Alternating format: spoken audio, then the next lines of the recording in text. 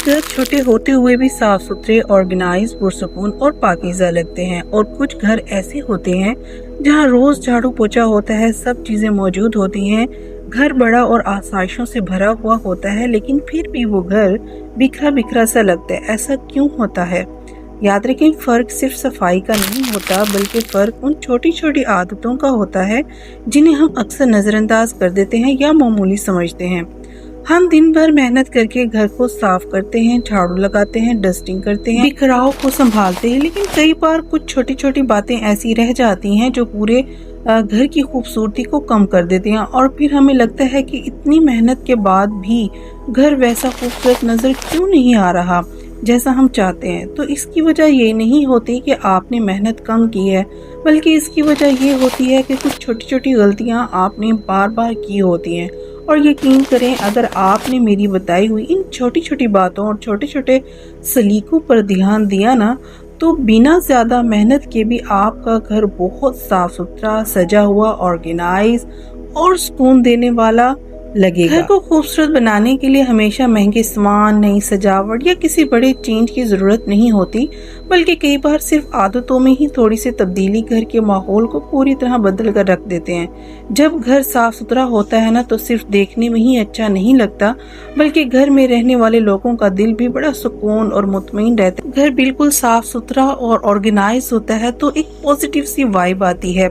बिखरा बिखरा और गंदा घर नजर आएगा तो आपका माइंड भी हमेशा डिस्टर्ब और परेशान रहेगा। सो आज के व्लॉग में आपको कुछ ऐसी छोटी छोटी लेकिन बहुत मामूली गलतियां और टिप्स शेयर करूंगी जो हम अक्सर जाने अनजाने में करते हैं और इन्हीं गलतियों की वजह से हमारा घर बिखरा हुआ और गंदा नजर आता है। तो इन बातों को ध्यान से सुनिएगा और इन पर अमल भी कीजिएगा, तो आपका घर भी पहले से कहीं ज्यादा अच्छा और खूबसूरत नजर आएगा। So let's start our today vlog. अस्सलाम वालेकुम एवरीवन, कैसे हैं आप सब? उम्मीद करती हूँ आप सब ठीक होंगे। अल्हम्दुलिल्लाह मैं भी बिल्कुल ठीक। तो सबसे पहली गलती और टिप कौन सी है जो हम रोजमर्रा की बुनियाद पर कर रहे होते हैं? वो है किचन काउंटर पर बहुत ज्यादा सामान रखते जाना। हम अक्सर किचन तो बहुत साफ सुथरा रखने की कोशिश करते हैं, लेकिन एक छोटी सी गलती हम बार बार कर रहे होते हैं। वो होती है किचन काउंटर पर डब्बे, तेल की बोतलें, पैकेट्स, मसाले के डब्बे, चम्मच का स्टैंड, फल की टोकरी, लहसुन, अदरक, प्याज वगैरह की टोकरी। तो इस तरह की छोटी छोटी चीजें हम एक साथ साथ करके रख देते हैं। तो किचन इसकी वजह से ना बड़ा बुरा और भरा भरा सा और अजीब सा कल्चर सा नजर आता है, जो देखने में बिल्कुल भी अच्छा नहीं लगता। देखिए, आपका किचन जितना मर्जी मॉडर्न क्यों ना हो, अच्छी क्रॉकरी क्यों ना हो, कैबिनेट्स महंगे क्यों ना लगे हों, लेकिन अगर काउंटर पर सामान ज्यादा रखा हुआ होता है तो पहले नंबर पर तो देखने में साफ नहीं लगता। दूसरी बात ये कि काम करते वक्त बार बार सामान को हटाना पड़ता है, टाइम भी ज्यादा लग जाता है, जगह बनानी पड़ती है। तो अपने किचन काउंटर को साफ सुथरा रखें। शेल्फ पे जो एक्स्ट्रा चीजें रखी हुई होती हैं ना, वो हफ्ते में या 3-4 दिनों के बाद साफ कर दिया करें, कैबिनेट्स के अंदर रख दिया करें। और अगर आपके किचन में कैबिनेट्स कम हैं या दराज नहीं है तो किचन में साइड पर एक रैक या स्टैंड रख दें और ये सब चीजें इस रैक के अंदर रखते जाएं। कुछ किचन्स ऐसे होते हैं जहाँ पर कैबिनेट्स नहीं होते, तो आप नीचे सामान रख के ना कोई कर्टन या कपड़ा वगैरह साफ सुथरा लगा सकते हैं और उसको ढक सकते हैं। इससे किचन जो है वो साफ सुथरा लगता है। अच्छा किचन शेल्फ के ऊपर इससे भी ज्यादा सामान रखा हुआ होता है। आज मैंने वो सारा सामान रिमूव किया है खाना बनाते हुए, फिर मैंने सारे बर्तन धोए और उन्हें साथ साथ धोकर उनकी जगह पर अरेंज करके रख दिए। तो इससे क्या हुआ कि मेरी शेल्फ जो थी वो बिल्कुल नीट और क्लीन होगी और खाना बनाते हुए मुझे ज्यादा मुश्किल नहीं हुई बर्तनों को छेड़ने में। अच्छा जी, इसके बाद हम सेकंड मिस्टेक क्या करते हैं, जो हमारे बाथरूम की टिप है नेक्स्ट, कि बाथरूम के मिरर और सिंक पर ना निशान पड़ जाते हैं। जब हम वॉशरूम की सफाई करते हैं तो टाइल्स को तो धो लेते हैं, चमका लेते हैं, लेकिन जो बाल्टी और मग होता है और अक्सर बेसन जो होता है और मिरर होता है, उस पर छोटे छोटे निशान रह जाते हैं। ये हमारी सबसे छोटी गलती और इस पर हम ध्यान नहीं देते।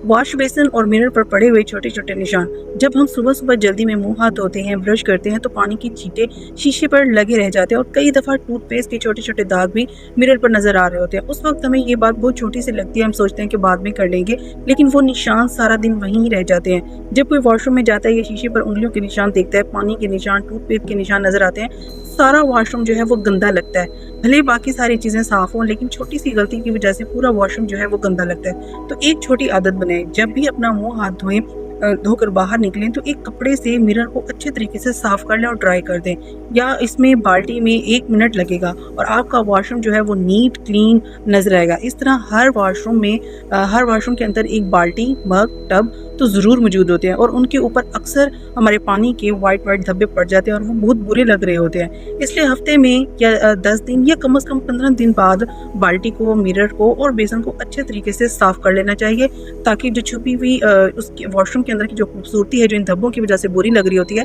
वो अच्छे से नजर आए। तीसरी सबसे बड़ी गलती टिप है कि घर की इंट्रेस पर जूते और चप्पल बिखरे हुए रख देना।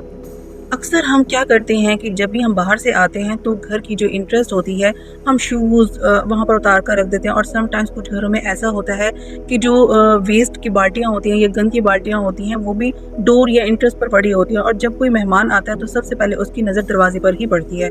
दरवाजे के पास जो बिखरे हुए जूते दिखाई देते हैं ना, कोई उल्टा पड़ा है, कोई दरवाजे के दरमियान में, तो आपका घर भले अंदर से खूबसूरत और साफ़ सुथरा क्यों ना हो, लेकिन जो आपकी इंटरेस्ट अगर गंदी है तो पूरा इंप्रेशन जो है वो आपका गंदा हो जाता है। लोग घर के अंदर के बारे में फ्रंट से ही अंदाज़ा लगा लेते हैं। तो जूतों को हमेशा सीधा करके रखें, शूज़ रैक में रखें।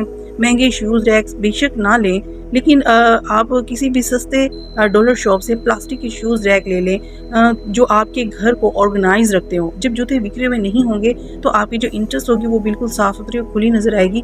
ये एक छोटी सी टिप्स आपकी बहुत बड़ी मेहनत को संवार देगी और आपके सलीके का सबूत देगी। अब चौथी मिस्टेक हम क्या करते हैं कि हम अक्सर धुले हुए कपड़ों को जब हम उतार कर आते हैं तो हम उनको इधर उधर फेंक देते हैं, हम उनको फौरी तौर पर संभालते नहीं हैं। कई ख़वातीन या कई लोग का ये मामूल होता है, वो हफ्ते में 1 दफ़ा मशीन लगाती हैं।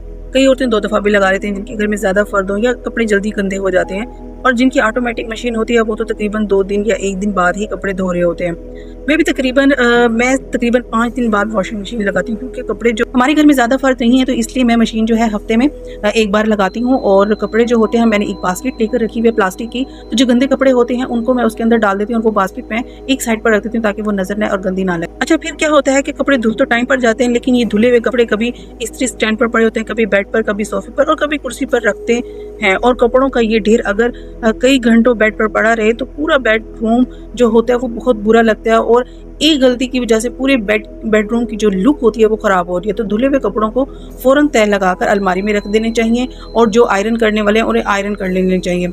हम ये सोचते हैं कि थोड़ी देर बाद तह लगा लूंगी या इसे बाद में जो है आयरन कर लूंगी, तो इस तरह से पड़े पड़े वो पूरे वीक गुजर जाते हैं और कपड़े वहीं पड़े रहते हैं। इसके बाद हमारी अगली टिप जो है वो है मिसालें, यानी कि मिसालों वगैरह के गंदे डब्बे।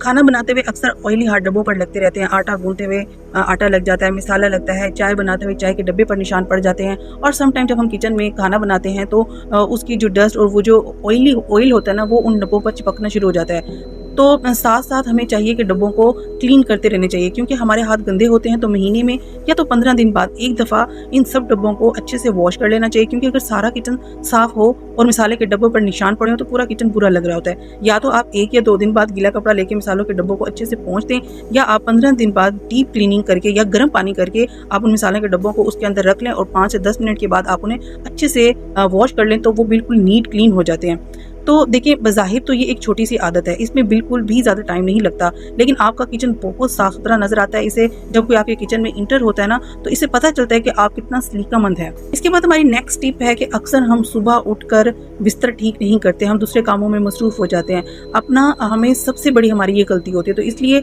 अपना बेड साफ रखें। हम जैसे तैसे बिस्तर छोड़कर अपने बाकी कामों में लग जाते हैं, तो हमें ऐसा नहीं करना चाहिए और वो आध दिन गुजर जाता है और बेड वैसा का वैसा बिखरा रहता है, कंबल कहीं पड़ा है, बेडशीट खराब हुई पड़ी है, तकिए वैसे के वैसे पड़े हैं। तो ये बहुत ही बैड हैबिट है। हमें क्या करना चाहिए कि सबसे पहले उठते ही अपनी बेडशीट को ठीक करना चाहिए, अपने रूम को सेट करना चाहिए।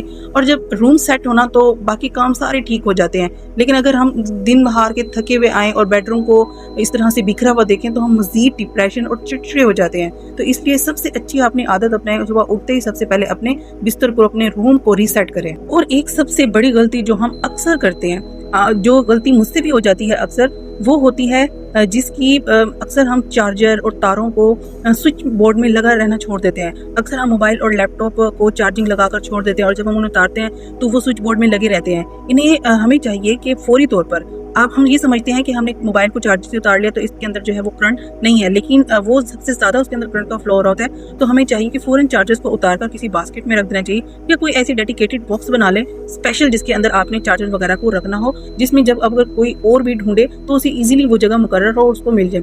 जब भी कोई चीज़ इस्तेमाल कर लें तो जगह खत्म होने के बाद चीज़ को किसी ऐसी डेडिकेटेड जगह पर रख लें, या एक मुख्तस आप जगह बना लें कि आपने फलां जगह को फलां पर रखा है और आपके ना होते हुए भी वो चीज़ आपके घर में कोई भी आसानी से ढूंढ सके। तो आहिस्ता आहिस्ता ये सब घर वालों की आदत भी बन जाएगी, बच्चों को भी घर संभालना आसान लगता है। तो जी ये थी कुछ टिप्स जो मेरा दिल किया कि मैं आप सबके साथ शेयर करूं, क्योंकि ये वो टिप्स हैं जो हर घर में इस तरह की हम गलतियां कर रहे होते हैं और इस गलतियों पर हम ज़रा सा भी गौर नहीं करते। तो उम्मीद करती हूँ आपको मेरी आज की वीडियो अच्छी लगी होगी।